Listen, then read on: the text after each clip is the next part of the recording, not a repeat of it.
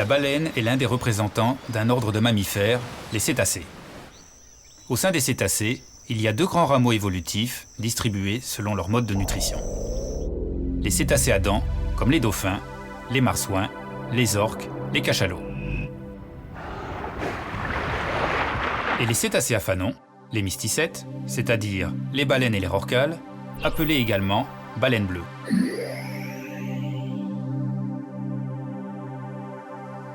Cela fait très longtemps que les cétacés intriguent. Ils sont faciles à reconnaître au premier coup d'œil, mais difficiles à rapprocher d'autres espèces de mammifères, tant ils en sont différents. De nombreuses modifications ont permis leur adaptation au milieu aquatique.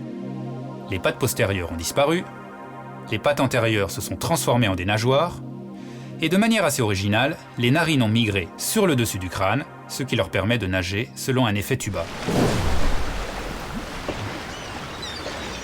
L'idée très générale de la phylogénie est de rechercher des caractères qui sont partagés par plusieurs espèces pour connaître leurs relations de parenté et retracer au final l'histoire évolutive des organismes en répondant à la question « Qui est plus proche parent de qui ?»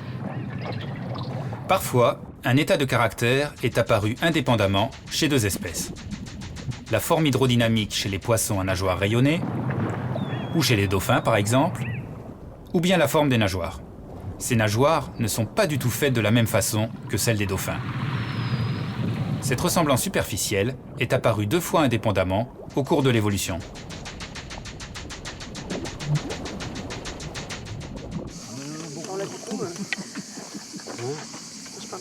Ce sont les paléontologues qui ont fait progresser nos connaissances sur la parenté des cétacés, grâce notamment à la découverte des premiers cétacés fossiles.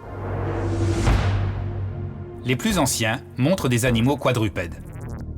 Ici, le Pachycétus, le plus ancien archéocète connu à ce jour, qui vivait il y a environ 50 millions d'années.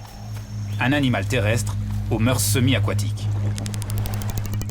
La structure particulière de son oreille interne, qui isole les sons dans l'eau, a permis d'établir sa parenté avec les cétacés actuels. Là, il s'agit du Cynthiacétus, qui vivait il y a environ 38 millions d'années. Les premiers cétacés étaient des mammifères terrestres qui progressivement sont retournés au milieu aquatique et ont perdu leurs pattes postérieures. Les pattes antérieures se sont modifiées en nageoires. Les crânes des fossiles ont suggéré qu'ils pouvaient être apparentés aux carnivores, mais plus récemment, l'examen détaillé des pattes de certains fossiles quadrupèdes ont fait penser à des artiodactyles, c'est-à-dire les vaches, les cerfs, les cochons, les hippopotames, les chameaux, les dromadaires, les lamas, les vigognes. Ces artiodactyles ont un nombre de doigts pairs, 2 chez la vache, 2 chez le lama, 4 chez l'hippopotame, 4 chez le cochon. Voici l'astragale chez l'homme. Chez les artiodactyles, et seulement chez eux, cet os est très particulier. Il possède une double poulie.